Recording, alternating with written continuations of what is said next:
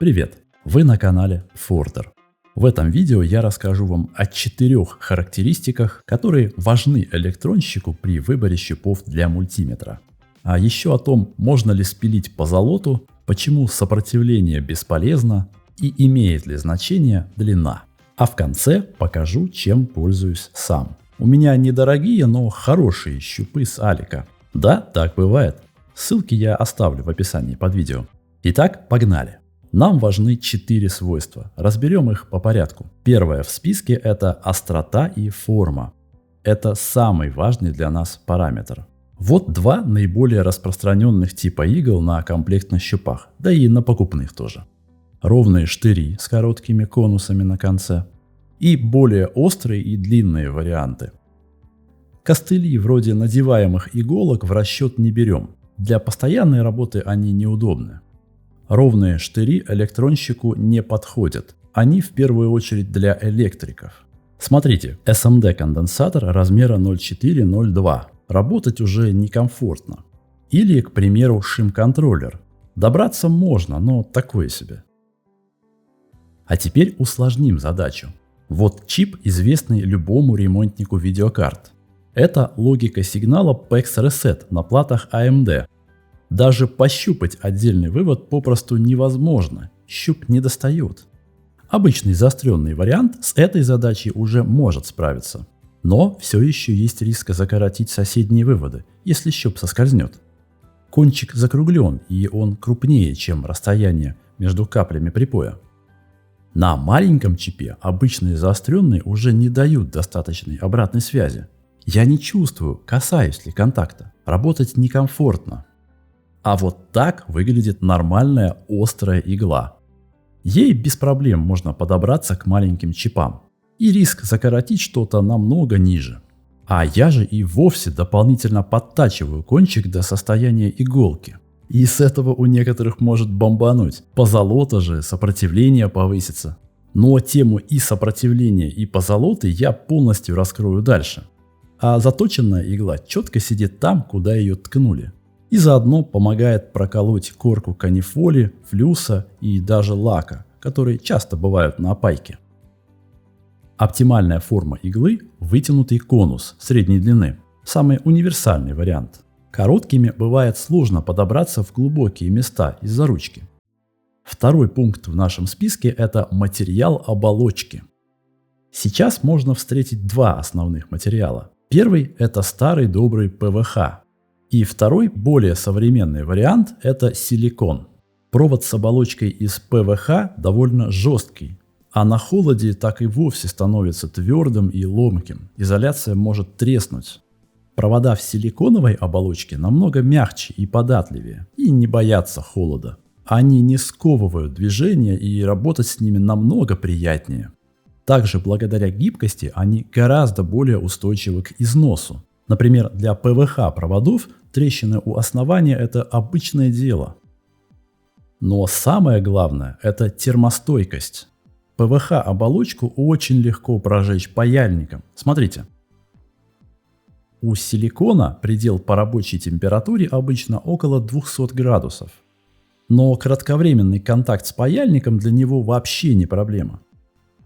Мой паяльник сейчас нагрет до 360 градусов. У ПВХ есть только один плюс, и это цена. По всем остальным параметрам силикон будет лучше. Можете почитать сравнение на паузе. Кстати, при покупке обращайте внимание, чтобы была указана термостойкость, так как встречаются варианты из нетермостойкого силикона. Идем дальше. Эргономика. Казалось бы, мелочь, которой я раньше не придавал значения. Но поработав со щупами с мягкой толстой ручкой, я дико кайфанул. И точно не хочу пересаживаться обратно на тонкий и скользкий пластик. Тактильные ощущения приятнее, а контроль иглы выше. Такой же материал можно встретить на многих ручках паяльников. Кстати, у него есть один неочевидный, но очень клевый плюс. Я держу щупы и мультиметр на краю стола, и провод свободно свисает. Мои предыдущие щупы вечно норовили соскользнуть на пол. Именно так я и сломал одну иглу. А мягкая часть не скользит и добавляет веса. щуп останется лежать там, где его положили. В целом, удобство – это вопрос индивидуальный. И кому-то удобнее тонкая ручка, кому-то короткая. Мне, например, короткие ручки вообще не заходят. Короче, попробовать разные варианты точно стоит. И хорошо бы, чтобы на задней стороне щупа была дополнительная защита провода от перегиба. И, наконец, последний пункт. Сменные иглы. Иглы будут тупиться. Иглы будут гнуться. Иглы будут ломаться при падении. Я считаю себя аккуратным человеком, но я уже несколько раз менял иглы на своих щупах. Поэтому возможность быстрой замены иглы – это плюс. Есть даже комплекты с разными типами игл. Тип соединения большой роли не играет. Главное, чтобы качество исполнения было хорошим. Что нам не важно. И сейчас у многих точно подгорит. Сопротивление. Но как же так? Ведь о нем говорит каждый обзорщик. Но нет. И тут целых 3 фактора, почему так. Сейчас объясню. Кстати, для кого-то это станет неожиданностью, но единственный режим измерений, на который сопротивление щупов оказывает хоть какое-то объективное влияние, это сопротивление. Так вот, первый фактор. Сопротивление есть у любых щупов.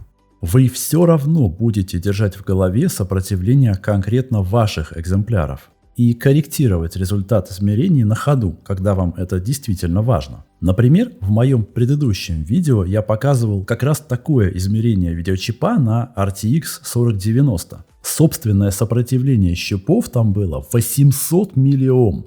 Из всего этого вытекает второй фактор – режим относительного измерения. Соединяем щупы и нажимаем кнопку. Обычно она называется REL. Мультиметр запомнит это значение и сам будет вычитать его из измерений. Неважно, было там 100 миллиом, 300 или даже целый ом. И главный фактор. Предположим, в вашей работе действительно важна точность измерений до десятков и единиц миллиом. Если вы при этом пытаетесь сравнивать сопротивление щупов в паре с мультиметром, то вы явно что-то делаете не так. Для точных измерений существуют LCR-измерители со щупами Кельвина. Мультиметром такие задачи не решают. Поэтому, пожалуйста, не надо натягивать сову на глобус. А я думал, сова. Кстати, у глубоко уважаемого мной Дмитрия Коржевского как раз недавно вышел очень подробный обзор на такой прибор.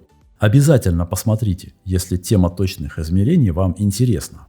Ну а в целом щупы приличного уровня обычно имеют сопротивление где-то до 200 миллиом. Категория электробезопасности и максимумы. Вы наверняка видели на щупах обозначения вроде CAT2, 3 и так далее. Как и максимальные значения напряжения и тока. Это важные характеристики, но с большой оговоркой. Для подавляющего большинства щупов, которые сейчас можно купить, заявлена хотя бы вторая категория. А это закроет все потребности по безопасности для обычного электронщика. Электрики же, которым действительно важны характеристики щупов выше второй категории, не будут смотреть этот гайд. Они прошли соответствующую подготовку по электробезопасности и прекрасно знают, как выбрать подходящий для себя инструмент. Кстати, для будущих роликов у меня есть совершенно безбашенная идея для краш-тестов китайских щупов. Такого исполнения еще никто не делал. А это уже повод подписаться на канал. Длина провода. Длину провода связывают с сопротивлением. Это действительно так. Но не зная сечения и состав металла в проводе, прямое сравнение длины попросту некорректно. Поэтому нет никакого смысла целенаправленно акцентировать на этом внимание при выборе. Смотрите с точки зрения удобства, если это важно.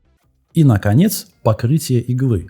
Почему я не переживаю о затачивании иголок? Смотрите, вот мой щуп BST. Я прикоснусь к проводнику боковой частью, где есть покрытие. Сопротивление около 70 миллиом. Игла у щупа уже заточена, то есть покрытие снято. Но я подточу его еще немного, чтобы вы убедились. И теперь я прикоснусь к тому же проводнику кончиком, где покрытие сточено. Те же 70 миллиом. Вот, в общем-то, и все, что стоит знать о позолоченных щупах с Алика. Что ж, подведем итог.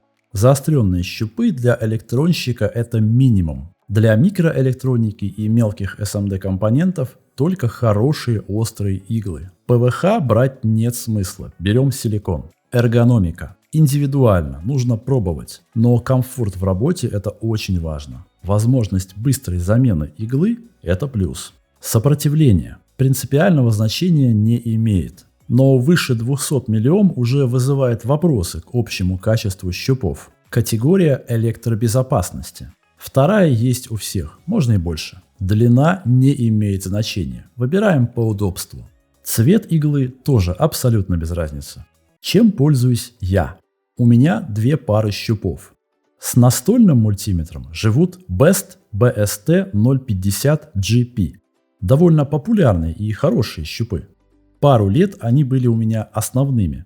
Острые сменные иглы, силиконовый провод. Правда, эргономика на мой вкус не очень. Ручки легкие и пластик довольно скользкий. Собственное сопротивление у них около 70 миллиом. Брал на Али за 19 евро. Сейчас они стали дешевле, но у того продавца их больше нет, так что оставлю ссылку на другого. Основная рабочая лошадка, ручной мультиметр, у меня со щупами Синьчжизао P2. Из того, что я пробовал, они пока самые удобные в работе. Мягкая ручка – это прям кайф. Острые и жесткие иглы с винтовым соединением. Причем в комплекте есть запасная пара другой формы. Я их смешал. На черном щупе я использую цилиндрическую иглу, а на красном щупе конус. Цилиндрическая лучше держится в пружинных контактах, и мне такой расклад очень удобен. Собственное сопротивление около 100 миллиом. Брал на Али за 16 евро. Ссылка будет в описании под видео. Кстати, поделитесь в комментариях, какими щупами пользуетесь вы и чем они вам нравятся. Надеюсь, этот гайд был вам полезен. Поставьте лайк, если так. Это поможет каналу развиваться и делать больше интересного контента. До новых встреч! Они в первую... Да, твою мать. Они в первую...